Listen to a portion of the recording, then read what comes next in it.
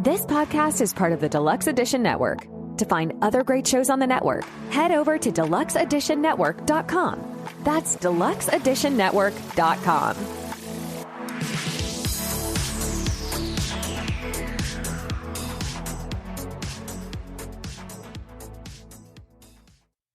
Survivors are not the only victims when it comes to a crime.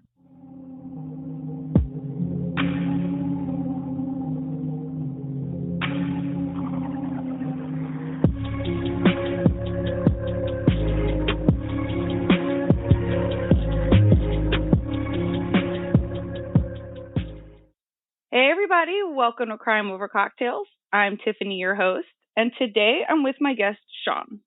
Hello. Thank you for having me on. Yes, thank you for being here. You know, it's so interesting because I'm not sure if you've listened to any of my past episodes, but I do have a lot of survivors on the show. And I thought this would be a really cool addition because you are on the other side of that. Yes, on the partner side, not on the other side. Yeah, just want to clarify for your listeners that we're not getting into those kinds of weeds because that's no. But I am a partner of a survivor. My wife, when 2 weeks into our relationship, we started dating. We've been friends for 4 years, and 2 weeks into us actually kind of making it official and that we were starting to date, she got assaulted by a friend of hers, quote, a friend, who she had known, and it had actually been like a pretty significant person in her life for about 3 years. She had known he and his wife. They were at the kind of the center of this very large friend group, and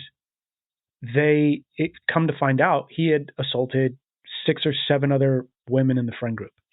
And so this was right at the beginning of our relationship, and it obviously drops a pretty large bomb on the survivor, and it just shatters their life in so many ways. It's such a holistic attack on somebody's humanity, and I think that I just got to see it up close and personal for, right away, and then was just in the trenches the whole time, shoulder to shoulder, going through the recovery process, seeing it kind of firsthand. And we kind of got to the other side of the recovery process, which we would say is, it's never really done, but you do get to a place, at least in my experience with this, the survivor gets to a place where they feel back, in some ways, that it's like, they're able to trust again. They're able to have intimacy. They're able to not wake up in a panic. Triggering events are fewer and farther between. And so once you get to a place, and I think that this is, an individual journey, I think it's up to each individual to kind of assess what that means for them. But my wife and I, we got to a place where she felt pretty healed. And we just started asking questions and having conversations about, like, what did I do that was good? What did I do that was bad? What did I do that should have never been done? Like, what were some of the big mistakes that I made? And in the healing process, and really just trying to analyze, like, what kind of role did I have? And it just kind of pieced it all together. And it really showed me that I played a really significant role. I started looking for resources, trying to understand, like, are there other people out there that have had this similar idea about trying to help partners? Because I was looking for resources at the beginning and couldn't find any, but, it had been, kind of 5 years after the fact when I had kind of finished my kind of tool that I wanted to give to the world, and there still just wasn't a lot. And so, it's just been a journey to try to help as many people as possible understand this very dynamic role that you take on as a partner, and how important it is to really understand what you're getting into with a survivor, whether it's they just got assaulted and they're in the acute phase, or they've been abused many years ago and it's coming up in your relationship. And so I just kind of wanted to make a tool for people that, we could have a conversation about how important it is. I feel like it's a it's a really important subject. And so, yeah, that's what we're out here doing. So I appreciate the opportunity to come on and then kind of offer your audience just maybe a little bit of a different perspective into this conversation. No, I love that. And obviously you must have did a really good job because she married you. So yeah, I like to think so. It definitely, she's the one going through it. So, I mean, I married her. So, I mean, she really did a lot. And the survivor, shout out to all the survivors out there going through it. It's not easy. And, all the work is really on them in order to get through it for themselves. But, hopefully if there's any partners out there listening, then, hopefully this conversation will mean something and give you a little bit more, resources and kind of understanding and how to approach the role you might have in front of you. Right. And so many times it is somebody that it's somebody that you're comfortable with. It's somebody who's in your group or lives on your street or might go to the same church, which is very scary. Yeah, that was one of the biggest kind of eye-opening things when I got into this, because I feel like society does this really weird thing, which is it creates this idea in our head about what the boogeyman, like assaulter, predator is. And it always tends to go towards the, stranger lurking in the shadows, stalking you at night, jumping out when you least expect it. And not that doesn't occur, but statistically, what is far more likely is that it is somebody that that you're acquainted with, whether it's in some sort of like ancillary group that you might have just met, or all the way to somebody that is supposed to be someone you can trust, like, in the case of all the priests or coaches or teachers or parents, brothers, grandfathers, right? Like those are the people that are statistically the most likely to create this type of abuse. And, your intimate partner, friends, and that kind of a thing where you've let them into your trust circle, you've let them into your inner circle and you've let your guards down. And, that's just such an unfortunate statistic of this and truth that I think we need to pop, because we think that it's like, oh, we got Detective Stabler and Olivia out there, fighting this crime against all these strangers that are, lurking in the shadows, when, really, unfortunately, in reality is our justice system is broken and, the predator might be already in your house, like it's just, that's the scary thing about this. And, so that's ultimately why, part of what I do is to, kind of shout this from the rooftops and try to bring a little bit of a different perspective to this conversation, and not put all of the weight on the survivors having to scream, believe us. But there needs to be other people out there being like, hey, it's on us to help educate the community about what is really going on here. Not only from the recovery side, but also from the, kind of prevention and, intervention side of, allowing us to really know what's going on. Right. So you said he was married? He was, yeah. Did his wife know he was doing this?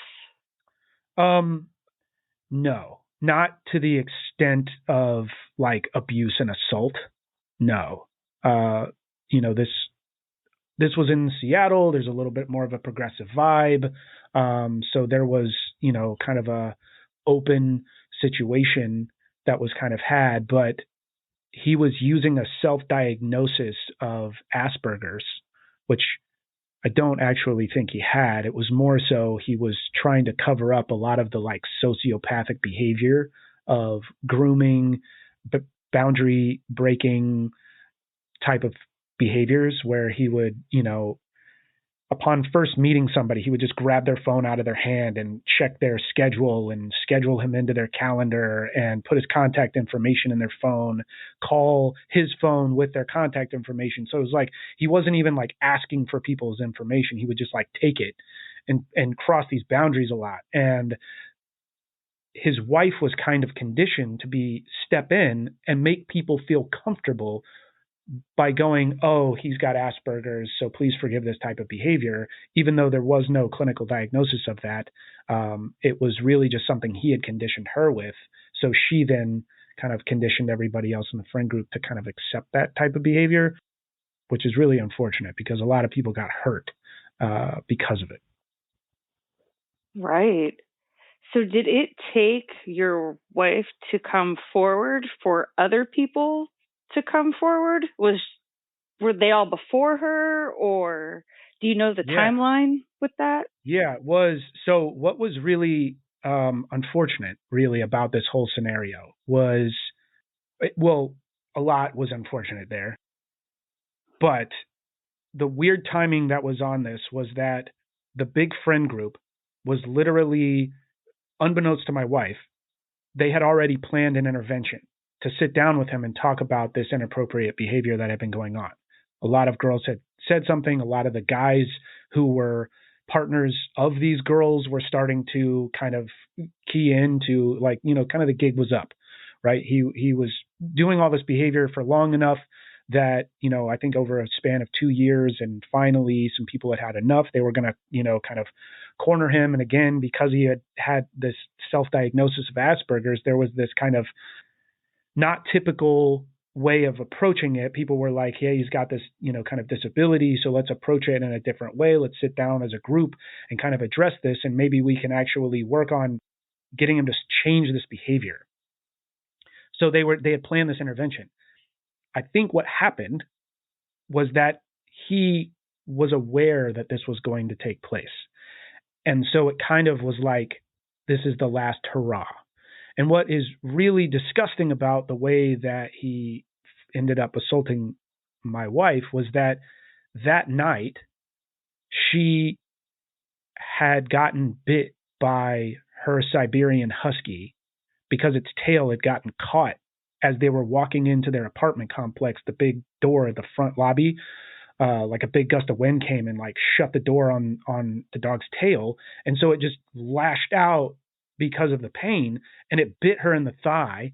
So she's had these 2 huge fang puncture marks on her leg, swells up to the size of a grapefruit. She's bleeding. They're both laying on the lobby floor in pain.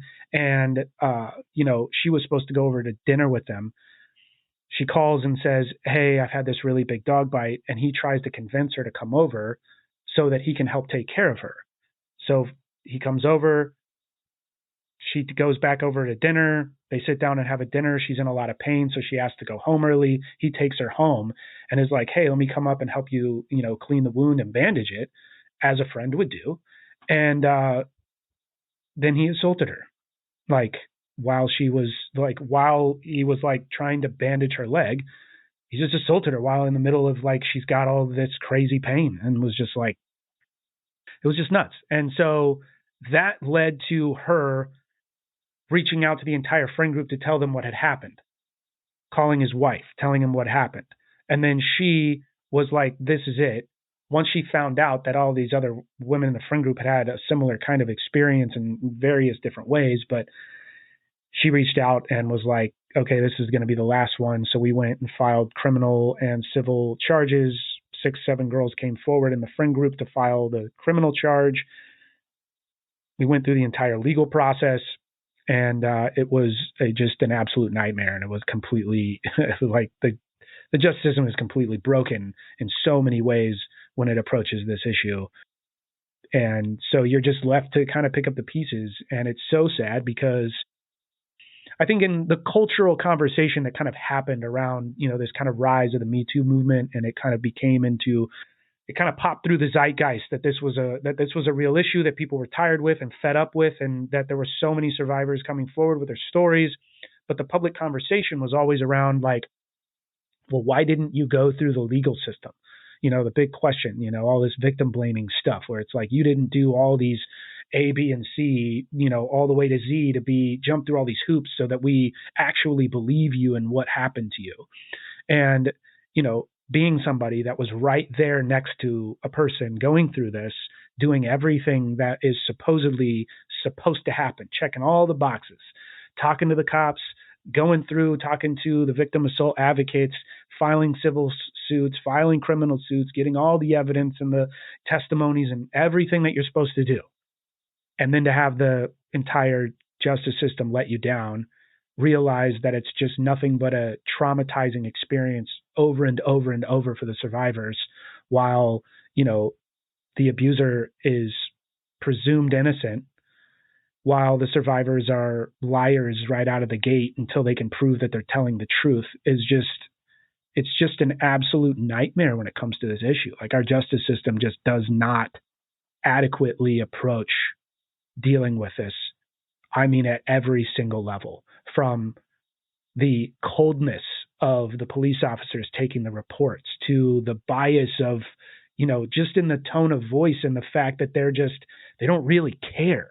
Like, it's so weird. It's it's not what we're conditioned to when we watch TV, and there's people that are like, oh, these cops that are like empathetic and trying to get to the root and get the bad guys off the street. Like, that just it was not our experience. I'm not saying that's how it is all the time, but it just was not our experience. And you go to the courtroom and you're sitting, there's no bailiff. There's no authority in there to like make survivors feel safe because there's this predator and this monster there, and you're sitting in the same pew as the abuser. Like, I could have reached out and put hands on this dude, and there's no cops around. Like, my brother-in-law, who's a Marine, we were sitting in the pews right behind this guy, and I'm like, from every angle, this is wrong. Like, from the survivor and protecting them, it's wrong. The passion that's involved in the anger that is there, he's sitting in front of us. And here are two military veterans sitting behind this guy with trying to just have as much self-restraint as we can so that we don't do something incredibly stupid that we might regret. Like, it puts their lives in danger too. It's just like it was broken from every single angle. And, the survivor, it was just so traumatizing over and over and over. It was just a nightmare. I hear that a lot. Unfortunately, the justice system is so far fucked. It really is. And I think we can all agree on that. That's definitely one thing that I'm hoping to help change some way in my journey here. But enough is enough. And I'm over it, just like everybody else. Why should they be re-victimized over and over and over again? For sure. From the jump, too. It's like, why at this day and age, with the technology that we have, with the understanding that is around this issue, how prevalent it is, the statistics of it, it's, and the conversation around the fact that here's what I find to be just mind-blowing, is that police already come forward and say, we're overworked. The expectation that the police force has to solve every single issue that society has, because we put it all on their plate. We take all this tax money, right? Just for example, like LA County, they've spent over $1 billion just on their police force and tax revenue. And, without getting too far into the weeds of what it goes to, is like, how is it that we can't take some of that money, put it towards a mental health program that addresses these types of issues head on? It shouldn't be some rookie cop showing up to the door of some survivor who's just woken up from a night of, drug-induced horror and have to talk to a rookie cop. That's just not the look. You know what I mean? That's just not how we as society should be approaching this, because it doesn't make sense why we couldn't just have a specialized, even if it's privatized, having some van with like a team of 2 or 3 nurses that could come and like help somebody out in the event that this happens, collect all of the evidence that they would need in a more compassionate way that isn't so sterile, having to sit in an emergency room after some trauma that has just happened to you,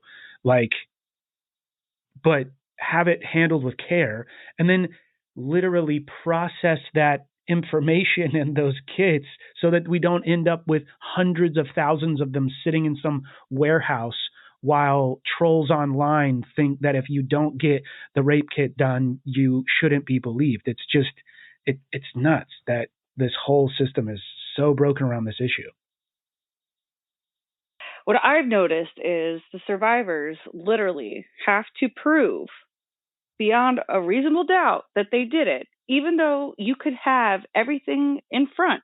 You could have text messages, you could have video, and they're still going to try to find ways around it. I don't understand. Right. I don't. I completely agree. And it was like, Brock Turner case, that dude from Stanford that was caught by 2 eyewitnesses doing what he did to this girl who's passed out behind a dumpster. And then the judge just sentences him to 6 months. He serves only 3 of it and gets out on, quote, good behavior. And it's like, how is that how our society reacts when there's mandatory minimum sentences for like smoking weed and like having like literally a victimless crime? If you get caught with a bag of weed, you do more time than this guy who literally just sentenced this girl to a life of trauma. What? Like it really is. It pushes me towards that one, moment of that movie, The Network, where that guy's just like, I'm mad as hell and I'm not going to take it anymore. Right. Like it just pushes you to this limit where you're just like, how are we all sitting around, like, I know there's so many issues, and I know that I'm pretty myopic on this one because it has such an impact on my life. But I know there's, a lot of attention on a lot of different issues. But this is one when I started doing the research, and it took me 5 years to write this book because there was just so much. And I was trying to approach it the best way that I could. But it was, the area of sexual violence is so vast. Like there's so many different variables to it. There's so many different, situations and circumstances that can pop up. It's just overwhelming in terms of the stats. It's sad that we as a society cannot come together and realize that the impact that this has is so far reaching. There's such a huge economic toll. And I know that our society is so geared around money and it's so capitalistic that it can't see that having millions and millions of people affected by an issue that they've scientifically done studies on, that the economic impact of is like $122,000 over the lifetime of somebody who survived is the average in which somebody economically has burdened with. And when we put that into a giant number, worldwide, it becomes this number that pays off the national debt like 3 or 4 times over. It's crazy how much the economic impact of this is. It's nuts. And it's one of those things that burdens so much of our healthcare system. It burdens so much of our productivity in terms of like all of our businesses. It impacts school systems to the level at which, like, I'm really convinced that schools are like, I went into school, high school, and I started talking to a bunch of kids for a couple of years, even before I wrote this book. And what I found was that there are so many kids that are dealing with this issue that I think that so many of the schools that are having performance issues when it comes to, why are kids not performing in school, is that we have just turned a blind eye for some reason as adults to the trauma that kids are going through. It's not all sexual violence, but there's a lot of it that is sexual violence. And we're turning a blind eye to the fact that these kids are struggling with a really, really serious issue. So school doesn't mean shit to them. They don't care. They're trying to survive. They're in survival mode, and it's like the impact that this has on our society is just from the deck plate on up. It's so crazy. It's widespread. There's not enough, people in positions of power really with the will to do something about it, which is sad. And as we've seen, just today, right? Trump was held accountable for, sexually abusing and then defaming Ms. Carroll, right? Like, I was just like the journalist, and it was just like, so we have this dude at the highest level who, I was actually surprised, to be honest, that he got held, that the jury didn't hold him accountable for rape, but they did hold him accountable for sexual abuse. I was actually kind of surprised about that, to be honest, but happy nonetheless that, hey, something came forward in civil court. It wasn't criminally, he's not criminally liable at this point, but it's just such a far-reaching issue. It's like it affects so many different things in our culture. And so, yeah, I try to do somewhat of a job to really paint that picture for partners, because I feel like the importance of understanding that is to recognize the environment in which a survivor is healing in, right? And that's like one of the biggest things that I feel like I could offer the partners that are listening to this, is that the environment that we create around a survivor is so important to their recovery process. It really is kind of eye-opening when I was been talking to a lot of therapists about this book, and a lot of them have read the book, and they came to me afterwards and was like, I never considered how important the partner was. They deal with survivors all the time in their practice, but they never really considered how important the partner was. But the way that I talk about it in the book is like, if you had a physical injury, then we can kind of understand pretty easily that the environment in which you're healing in is going to be really important. If you break your leg, you live on a 3rd-story apartment with no elevator and no friends or loved ones in the area, and you're trying to get, and the boss won't allow you to take time off or work from home, you're having to walk up and down those stairs, right? So the environment around that person who's healing from a physical injury is not the most conducive. It's not the greatest healing environment. Their leg is probably not going to heal as fast or as completely. And that's obvious when we compare that to somebody who may live on the 1st floor with loved ones around that can help get food and water and get them into the shower and, help them up and do all these different things and chores and all these stuff. And they just have to sit there and allow their leg to heal. So we can understand that from the physical side of things. But when we talk about mental health, well, the same thing's true, right? Like the environment in which you're healing in is going to have a pretty dramatic impact on how much and how, well you are able to heal. And when we consider that, then we have to look at who are the people that spend the most time around a survivor in the most critical moments of that process. Hands down, the partner. We spend the most amount of time, just statistically, and we're also the ones that are going to help bring intimacy and sexuality back into their lives. And those become incredibly critical moments to the healing process and very important milestones when you start to re-engage that aspect of themselves and bring that back into the world, because that's the activity that, that's this kind of realm of abuse, and so when we're bringing that back into their life, that's a very, very critical piece. And so, that's what I just hope to be able to provide partners with, is that perspective of environment, right? And that societal environment that they have to exist in, the way that society treats them as a survivor, the victim blaming that goes on, the lack of care about the issue, this kind of seemingly just sticking our head in the sand. That's all a part of this environment that makes it feel even smaller when they're going through this. And so we as a partner have to play a pretty big role in at least understanding the larger environment, but then really getting down into the granular about the environment that we have influence over. I don't know if it'll ever be the way that we want it to be. I think for especially sexual predators, we should have a specific jail for them. And once they go in, they don't fucking come out. Because especially sexual predators, they don't know how to stop. Just like with that guy. He tried it on one friend, then it went to 2, then it went to 3. They don't know how to cut that out. And they're sure as hell ain't trying to get help for it. So there has to be some way. Yeah, there's just got to be a way to hold them accountable. If you don't want to be locked up for the rest of your life or wear an ankle bracelet or anything like that, then don't touch somebody who doesn't want to be touched.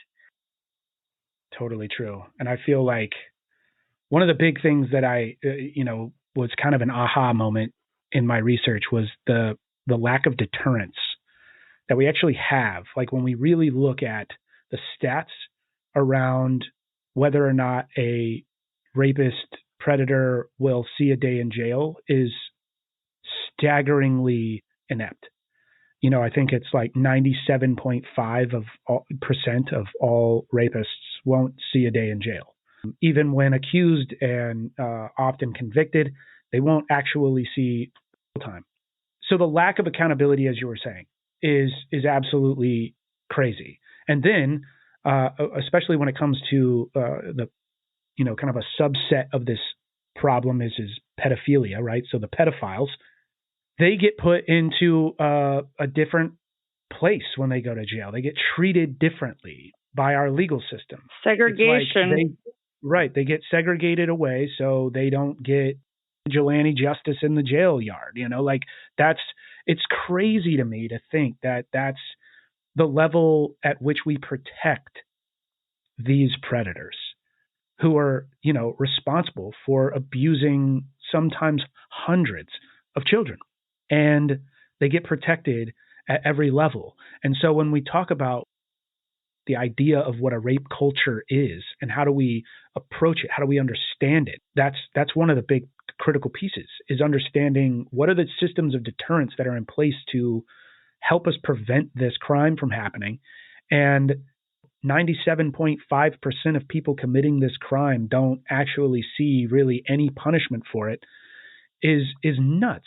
I mean, if we were to think about that in relationship to any other crime, I feel like it would make people really uncomfortable to think that if 97.5% of murderers didn't go to jail for it, how much more murder do you think would be happening?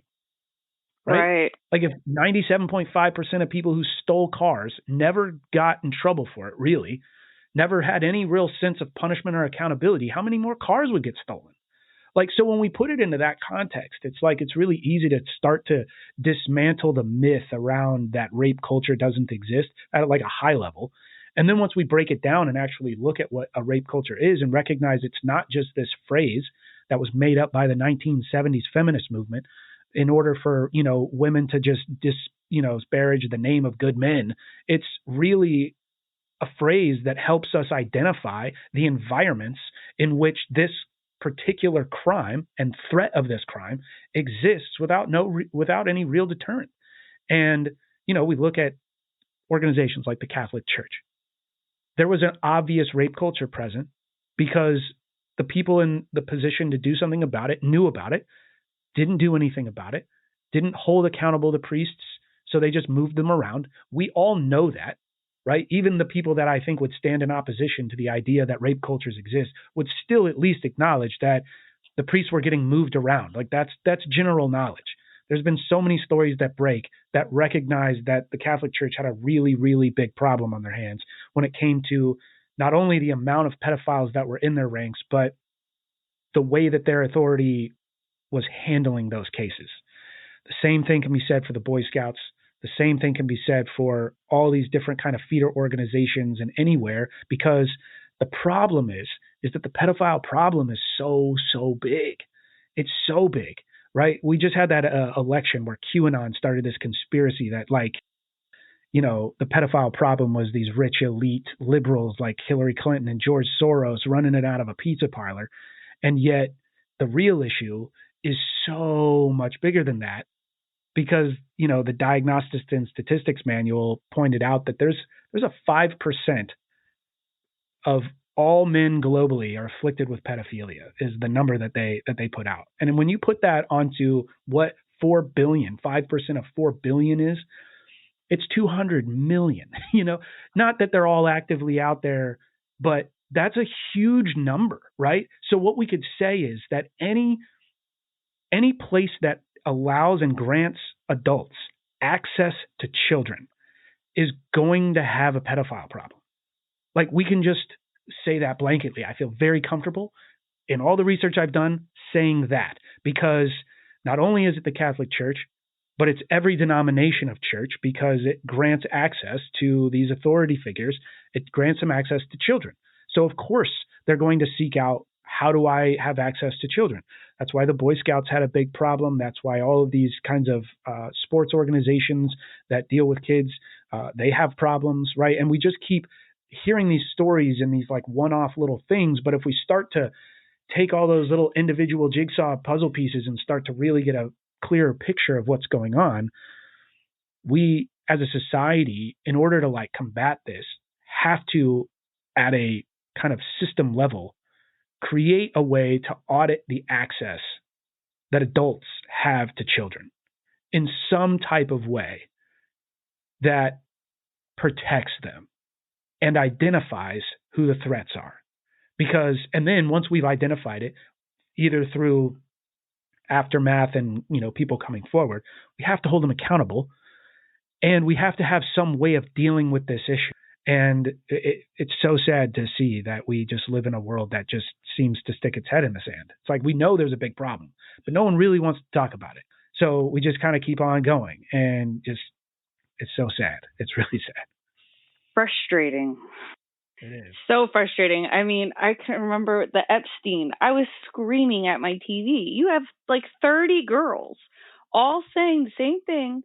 They don't know each other, but yet he was free to walk because money fucking talks. Yeah. It's bullshit. It's all bullshit.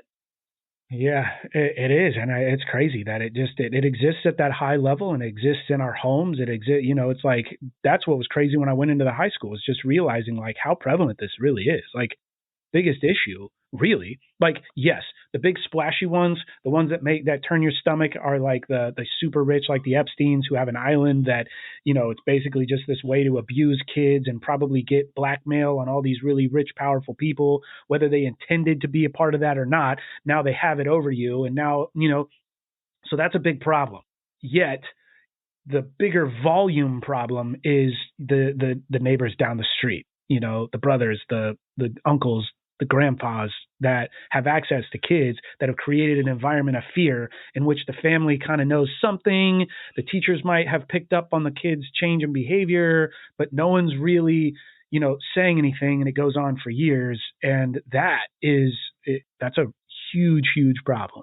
We got the foster care system. That's just another thing where it's like, we audit access to children, right? Anywhere that adults are going to have access to children, you're going to have a problem with pedophilia. There's just too many. That's just too large of a number to not, because that just addresses the men. That doesn't address the women who are also afflicted with pedophilia. So it's like, we just have a really big problem on our hands, and just, it's so sad to see that it's just such a slow moving process of progress. It feels like, like I'm happy that people are talking about it. I'm happy that it's kind of become culturally aware. I'm a little sad that the Me Too movement got myopically targeted at the entertainment industry and not like a more broad kind of concept of it, because, I think the Me Too movement got wrapped up in all of the like celebrities that came forward, and all the celebrities are just in the entertainment industry, and that's wonderful. Getting Harvey Weinstein out of here, fantastic.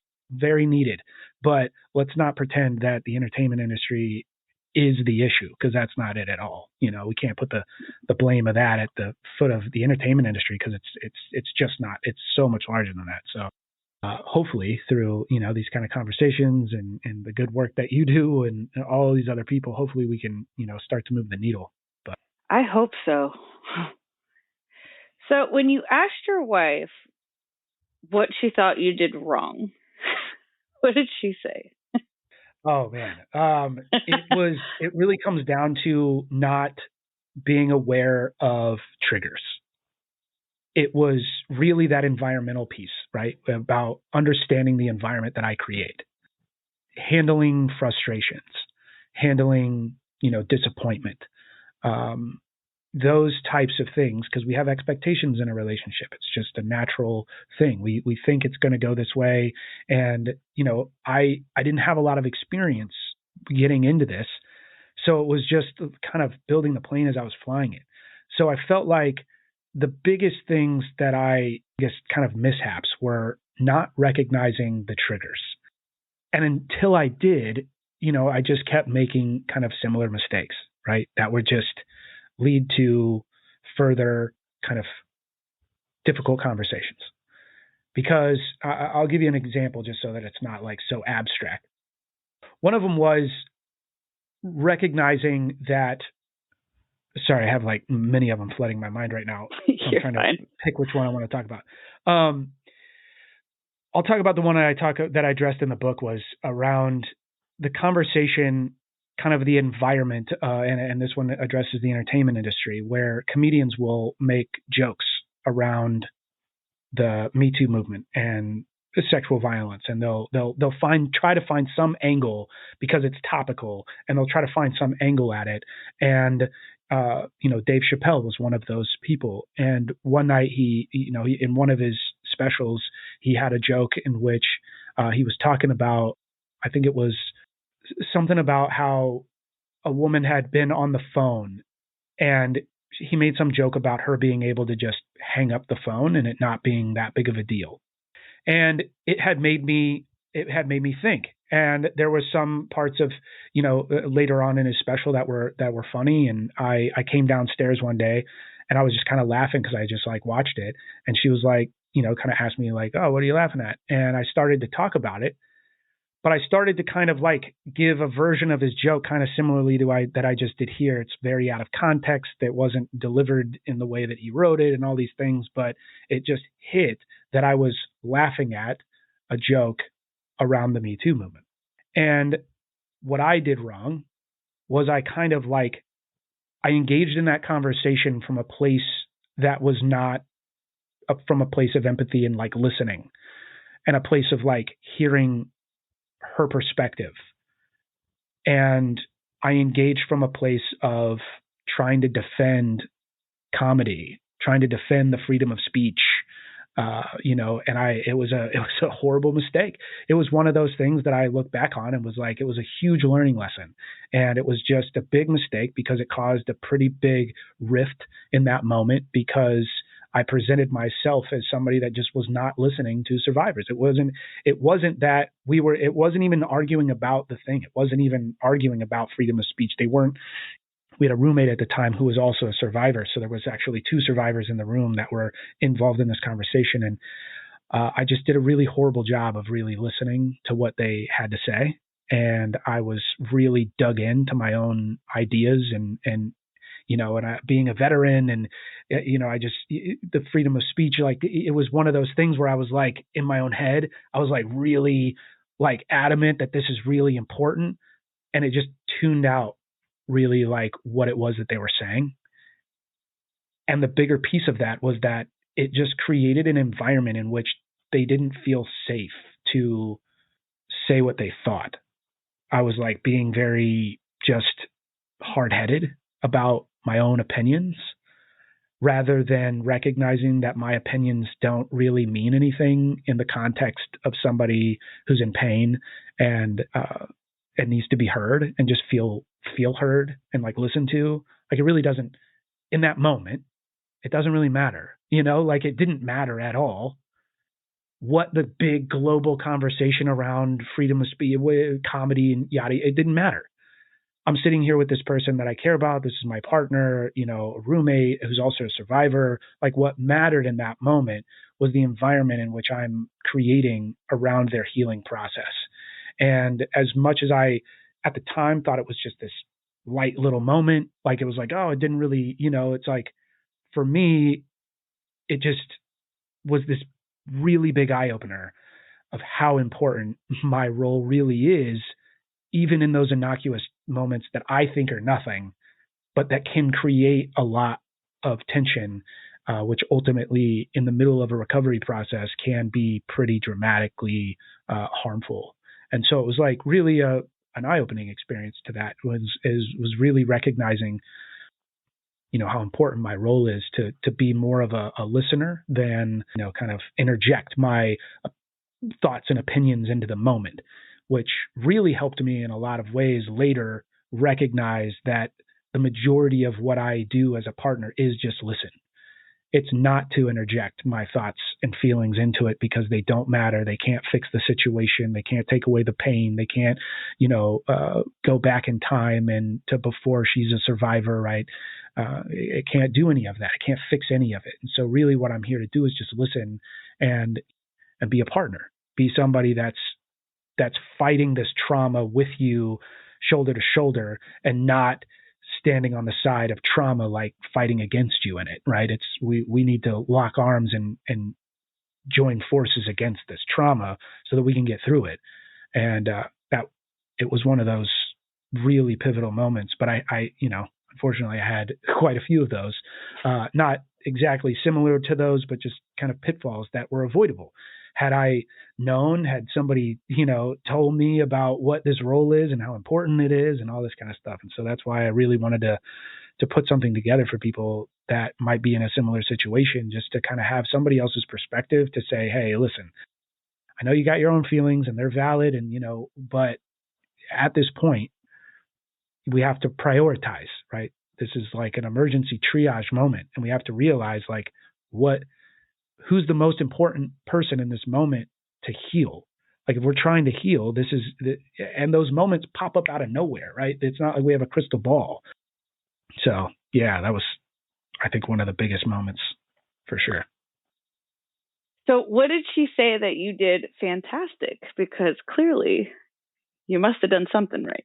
Yeah, it was that listening piece. It was the learning. It was the when I do something wrong, I approach it with an open mind. I'm not afraid to apologize, and I actually learn. I'm not just placating with an apology so that you shut up and we move on, but it's really approaching it with a growth mindset that's like, listen, I'm here to learn. I want to be a partner for you. I want to help you heal. So if I've done something, I want to know about it. I know it's hard. Growing is hard. Learning you've done something wrong is hard. Learning you've hurt somebody in some way, whether small or big, is hard to hear. We get really defensive, and it's difficult. And what's interesting, having come through it and go through the growth process, is that like everything else, it gets easier the more that you do it. And so the more that you hear, hey, hear about something you may have done that was just not like in a grand sense, like, oh my gosh, you've hurt me so deeply, but like, hey, this is something that came up for me. This was something that happened, right? In relationships, boundaries may get crossed and nobody knew there was a boundary there, right? So just in the identification that you have crossed a boundary, not getting defensive about the boundary cross and hearing them, knowing that they're not blaming you, is a process that it does take a minute to learn. Because most often when somebody tells you that you've crossed a boundary or done something that has, caused them pain in some way, it creates a defensive feeling. We don't want to hurt people. And we, more often than not, are conditioned to not take responsibility for things. And so that's like the default setting is like not take responsibility, get defensive, deny, counter accuse, right? Like that's kind of the mindset we've been conditioned with, but it doesn't really work in a relationship like that. And so when I think one of the biggest things that she really was very grateful for was my ability to approach this process with a growth mindset that was just really willing to hear if I had done something that made her uncomfortable, or, just we found something, something in her growth process and her healing process that was like, whoa, this was a trigger. We found a trigger. Hearing that and then being like very, calm and patient with the learning process and recognizing that we're in this together. And so, I think that was probably one of the biggest things that I was able to bring to the table, was just that mindset of, hey, I'm all into this. I'm all into helping you recover. So whatever I need to do to help that process along, let's figure out a way. Let's figure out a communication pattern. And as we work through things, then we develop strategies to approach the moments that we know probably stand the biggest likelihood of creating negative emotional experience.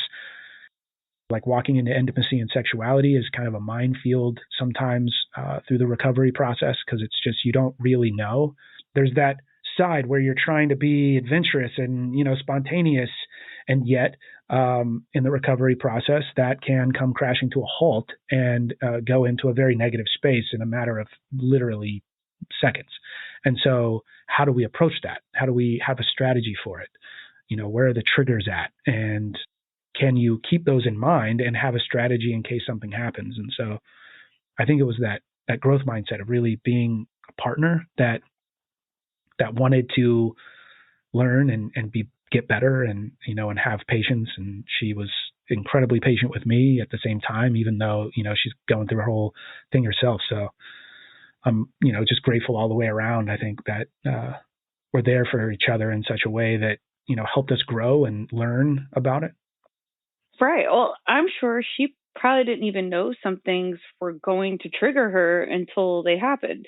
It's a learning experience for everybody. So you guys might be sitting there laughing at a commercial or having fun, whatever, and then all of a sudden something happens and she's somewhere else. She's distant. You know what I mean? So it's like trying to figure out how to see those signs and work through them. Exactly.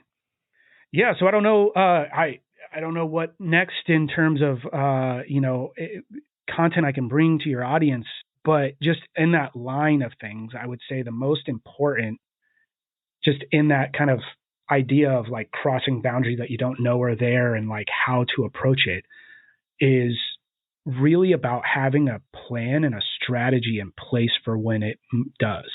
Because in my experience, and I've been in two long-term relationships with somebody who's kind of going through the survivor's recovery process in the midst of the relationship now. And not to say that everyone's is the same, but there are some similarities in the sense that, having a plan is really, really helpful in terms of like what to do in the moment that something like big kind of comes up.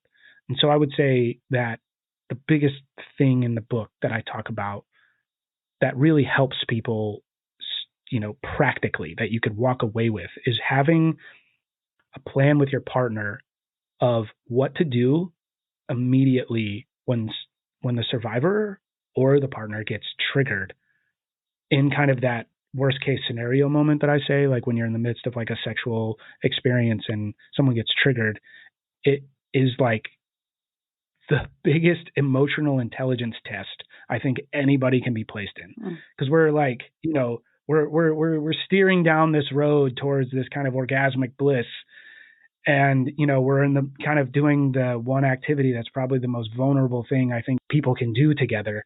And all of a sudden it's anticipation of this really incredible happy moment, and it goes somewhere incredibly dark very quickly. And there's a lot of emotions, tears are involved. It can be a full-blown panic attack or PTSD reaction. And how do we navigate that swing of emotions? And how do we show up well? I really believe that it comes down to having a plan and having a strategy in place so that in the event that does take place, you just immediately focus on breathing.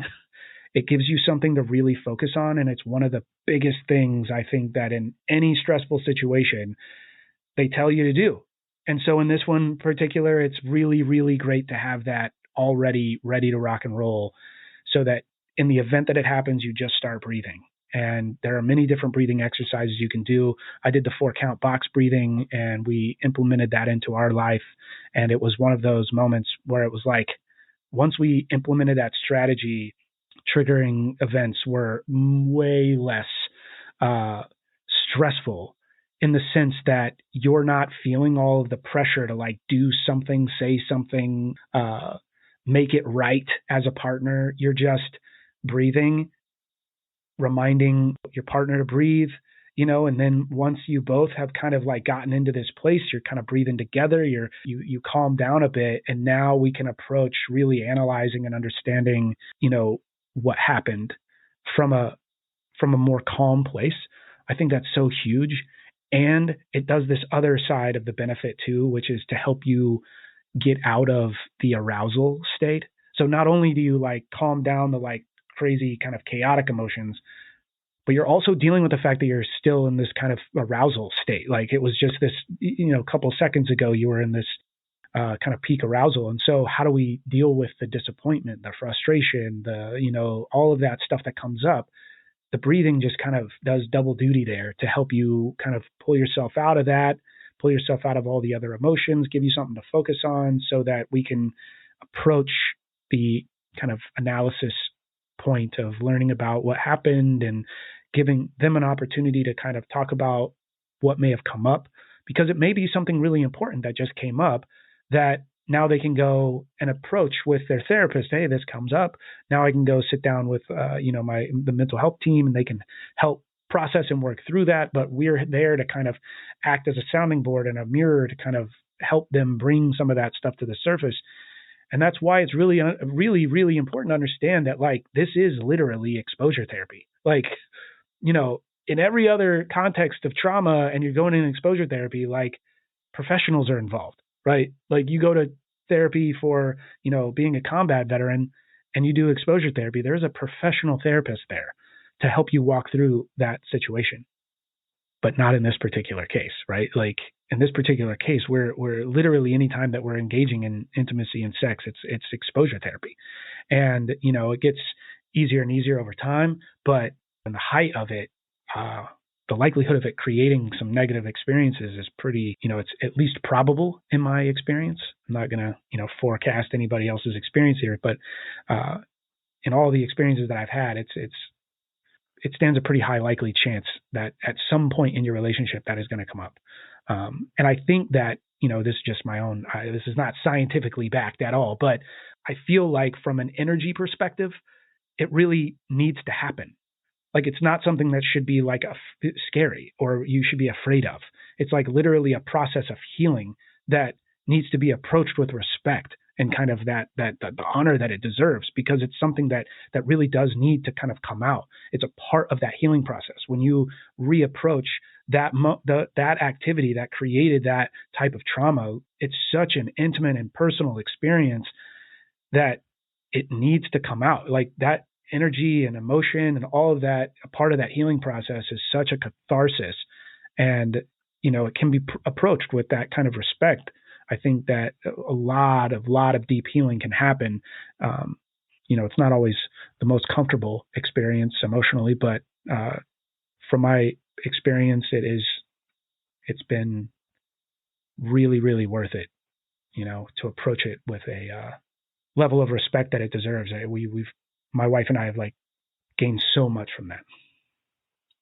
I'm sure this probably brought you guys closer together in a weird way. Oh, 100%. Yeah, 100%. And it, we both wish it had never happened, but unfortunately we can't go back and make that so, but we do the best with, the circumstances that we've been given. And I feel like it has brought us closer together in a lot of ways. And, when you go through any type of, really stressful kind of battle situation, it's, you just get closer. It's kind of like that Band of Brothers type of situation, like the same thing. You're just like shoulder to shoulder going through it. And then you get through it and you turn back and you go, oh my God, look at what we conquered, look at what we did together. And I can be so proud of her. She did all the heavy lifting and I was just there in a support role. And yet, it just is like the trust that gets rebuilt, because it's this crime, this sexual violence is like one of the most holistic attacks on somebody's humanity. It just hits on every level. It's like the physical body gets assaulted, mental and emotional well-being gets undermined, spiritual understanding in your place in the world and cosmos gets kind of shattered. And it can be even more exponential the more deeply spiritual somebody is. And economically it impacts the trust, their ability to trust themselves and trust others, the intimacy and sexuality of their life. And, this feeling of agency and autonomy over their own body gets destroyed. And it's like, I can't think of another crime that gets perpetuated onto somebody that breaks somebody down at every single level like that, at such a deep level. And so when we're trying to recover that, we just have to recognize that we have to approach this recovery process with that same holistic mindset. Like, we have to be able to look at each one of those areas of their life and go, all right, are we addressing all of this, right? Like, if we're really going to get recovered and we're going to do the healing, then we need to approach it with that same level of, kind of holistic perspective. And that trust piece is a huge one. It's so big that maybe kind of the silent one that no one really talks about, but it's a big one. That being able to trust yourself and to be able to trust other people is huge. And the role that we as partners play in that piece is, I can't even really put words to how important that is. Is that how we show up in every little moment in each conversation is, making and breaking that, right? Like we're building it back and, taking one step forward sometimes and two steps back. Like I learned, with some of the situations I got myself into. And before I really learned like what was going on. And then once I had that frame of reference, now I can approach this in a much different way. And so I hope that helps people out there. I hope hearing that, if you're in that space, just understand this doesn't have to be like a super scary thing. Like we can approach it, and it doesn't have to be, super long and painful recovery process. Like there's bound to be some discomfort, but it doesn't have to be a scary thing. There's light at the end of the tunnel. And if I could leave people with one last little piece, is please look into rapid resolution therapy. It's one of the best modalities of therapy I have ever witnessed in my life. I saw it help my wife dramatically improve her quality of life. It's such a powerful modality. I credit it with saving my wife's life on multiple occasions. Just to give a little context to that, my wife, before we met, she had lost her sister to a drunk driver, and that traumatic grief left her with a neurological disorder called functional neurological disorder. And it was a complete and kind of utter breakdown of her entire nervous system, left her having seizures up to 9 times a day. She was in a wheelchair, wearing a helmet. She was like an invalid. She was having Tourette syndrome, narcolepsy, dystonia, all sorts of different kinds of muscle tics. And she was a patient of the Mayo Clinic for over 2 years. They were trying to figure out what was going on. Everything that they did made her symptoms worse. So no medicine, no, modality therapies or anything was working. And kind of like a Hail Mary, her parents got her in to see this doctor in Florida. His name's Dr. John Connolly. And he founded this therapy modality called rapid resolution therapy. And it utilizes neurolinguistic programming and hypnosis and kind of a conversational hypnosis kind of thing. And it really helps the mind kind of rewire itself and how it's processing some data clumps around different traumatic experiences in people's lives. And she went for one session, 2.5 hour long session. And she's been seizure free and symptom free since that day. And so, I mean, it's huge. She did a TED talk about it. It's such a powerful modality in a lot of ways. It helps a lot of people. There's hundreds and hundreds of therapists all over the world learning how to do this modality. But from the space of sexual violence and recovery from, I am so grateful for rapid resolution therapy, just being able to help my wife through the assaults that she's been through. It was life changing, and it really did a lot of the heavy lifting too. And so I just want people to know that it doesn't have to be scary. It doesn't have to be super long. It doesn't have to be like 30 years of therapy, sitting on a couch talking about it, and maybe getting some relief every now and then. But like rapid resolution therapy, really, its whole purpose is to like work themselves out of a job so that people get healing in a very short amount of time. And so please, if you're in a situation, look into it. It doesn't have to be that you're recovering from sexual violence.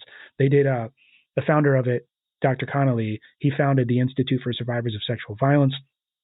They do pro bono work for survivors so that they can get the help that they need. So a lot of rapid resolution therapists provide treatment through the ISSV, but it doesn't have to only address recovery from sexual violence. But it was a powerful tool in my wife and I's kind of recovery arsenal. So I just wanted to share that with your audience as well. That's great. I have had a lot of different people who've been through trauma, and they started kind of their own journey same way. Either they became a life coach or they did hypnosis, and there's so much out there. And people be like, I don't want to sit on a couch and I don't want to do it this way. You don't have to. There's so many different options. I know one girl, she does yoga for rape victims, to help work it out of your body. Sexologists that will sit there and try to help you pinpoint. And there's just so many options out there.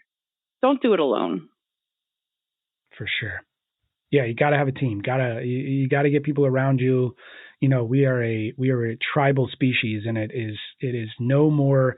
There is no more of an important place to develop a community than when you need it most.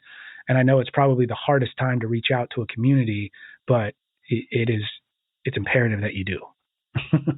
For sure. Absolutely. I mean, in a sense, your life depends on it.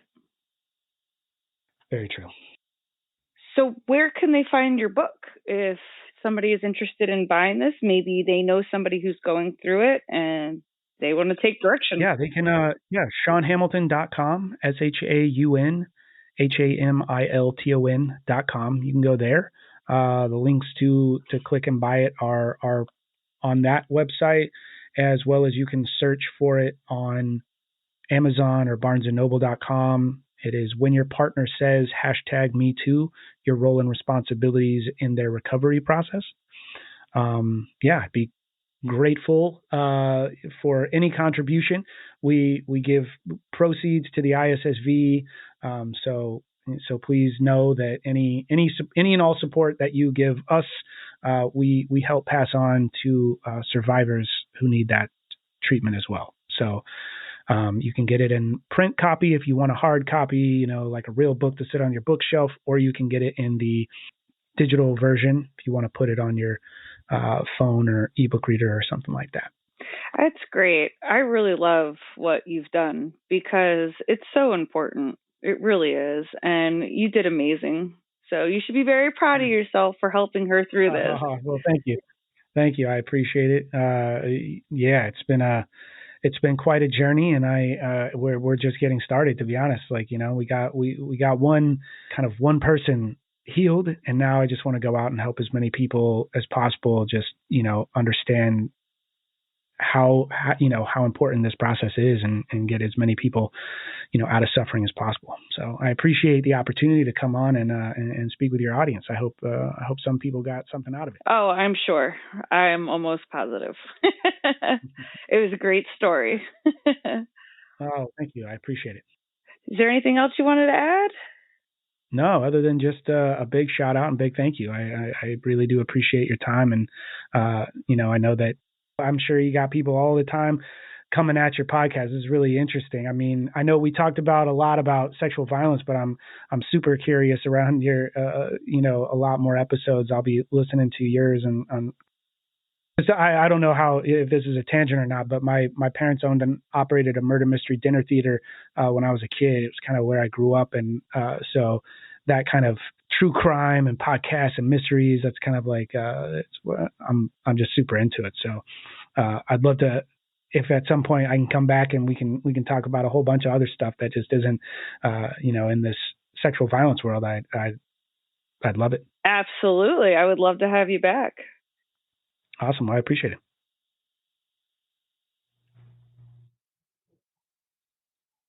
Make sure to check out the podcast of the month on the Deluxe Network, and that is Barrel Age Chicks. That's a bunch of girls telling you what they think about movies. And then you got Deep Dark Secrets. That's exposing the deep, dark fetish community. You're going to want to check that out. That's some pretty disturbing shit. If you know somebody who could benefit from this episode, please share it with them. Thank you guys so much for listening. We'll talk crime another time. Bye.